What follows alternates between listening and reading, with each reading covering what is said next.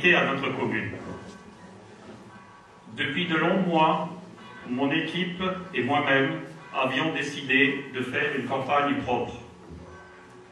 Nous n'entrerons donc pas dans la polémique qui vient de se créer. Équipe de dialogue, nous avons dans cette campagne montré que la proximité ne nous faisait pas peur. Aller au-devant des personnes, discuter avec les gens, découvrir des choses, tout cela nous a montré à quel point le contact est essentiel pour la population, mais aussi pour les élus. Cette expérience a été très enrichissante. Et il est d'ores et déjà acquis que cela continuera après le 16 mars. Ne pas le faire, ne pas aller vers la population, c'est tout simplement oublier Petite-Rosselle et ses habitants. Rassembler, informer, écouter. Tenir compte de vos avis. Ces rencontres ont été fort bien perçues. Les échanges ont été cordiaux, fructueux, tant en termes de problèmes soulevés que de possibles solutions à adopter. L'étape suivante sera, avec l'ensemble de la population, de mettre en place ces solutions. Ces rencontres sont donc essentielles pour l'avenir de notre commune. Il s'agit aussi de pouvoir communiquer. Communiquer, c'est informer régulièrement au travers du site internet de la commune de Petite-Rosselle, au travers de mise en place d'affichage électronique, au travers de bulletins format A4, mais aussi par la voie de la presse, de TV Rosselle, sans que pour autant cette association ne devienne la télévision du maire. Il y aura également le bulletin municipal annuel, mais aussi l'accueil des nouveaux arrivants pour que ceux-ci aient connaissance de leur commune. Il y a aussi, pour tenir compte des avis et pour écouter, il y a aussi le service à la personne que nous avons développé. J'en rappelle quelques-uns.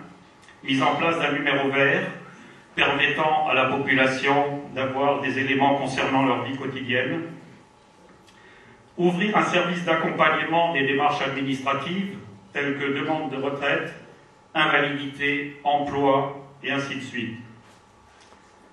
Favoriser le développement des pompiers volontaires. Je l'ai exposé la semaine dernière, ce n'est ni plus ni moins qu'une classe sport-études et il faudra à ce niveau-là que d'une part les pompiers, d'autre part la municipalité et l'éducation nationale soient d'accord sur ce principe. Un autre élément du service à la personne, c'est le sel de déneigement qui sera mis dans des bacs, mais aussi apporté aux personnes ne pouvant se déplacer. La communication passe aussi par les réunions de quartier.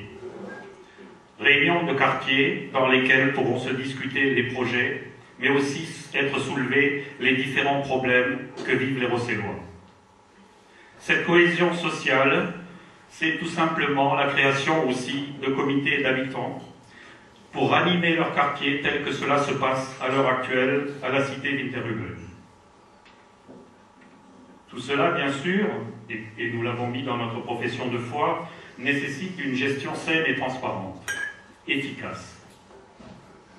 Être sain, c'est être au courant, c'est-à-dire que le Rossellois pourra à tout moment aller sur des sites internet, celui de la commune, celui de Bercy, c'est-à-dire la Direction Générale des Impôts, pour consulter les comptes de la commune. Il pourra également les consulter en commune. Il pourra aussi avoir des éléments par le bulletin municipal, mais aussi par la Cour des comptes.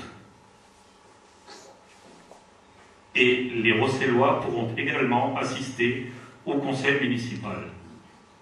Alors certes, la salle des conseils est petite, mais rien ne nous empêche de délocaliser ce conseil.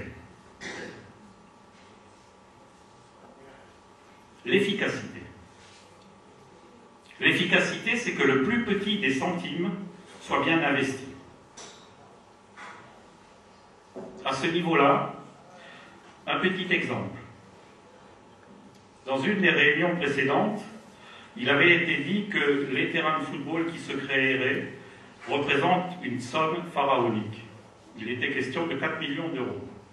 Certes, si l'on regarde le projet, c'est important. Mais faut-il vraiment des tribunes panoramiques? Faut-il vraiment un ascenseur? Ben, je ne pense pas. Le plus petit des centimes bien investis.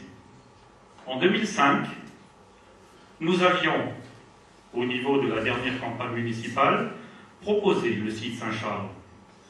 Aujourd'hui, celui-ci a été acté, seulement après une étude de professionnels. En avait-on vraiment besoin? Être efficace, c'est trouver des subventions